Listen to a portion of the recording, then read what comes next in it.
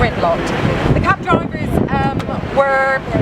they had very clear guidelines from the police that the protest was to end at 3, but for quite a while afterwards, this whole area looked more like a car park as cabs were stacked up one behind the other. RMT members and other campaigners were out in force, and I've got Courtney Connell here with me now.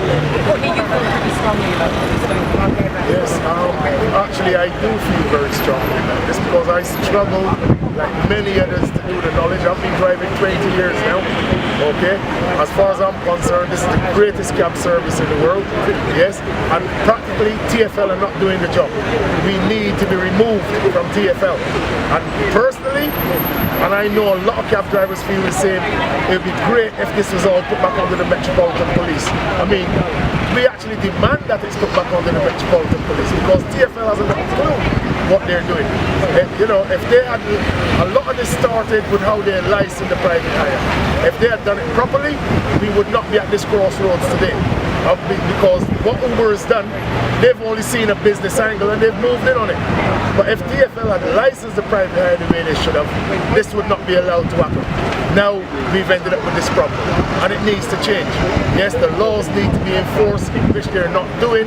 Yes, things with the cabs that needs to be dealt with are not being done. Yeah, so they haven't got a clue literally what they're doing, and we demand a change. So for you, it's not an issue of competition? No, because technology, we have to move with the technology or we're going to get left by the roadside. And every London cab driver recognises that, okay?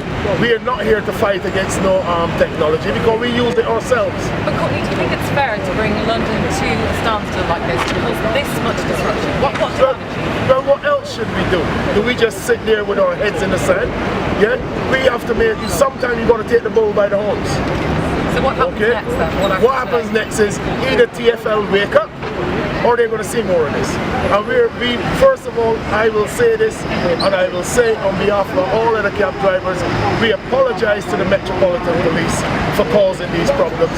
But if this was under the Metropolitan Police, we would not be having this problem.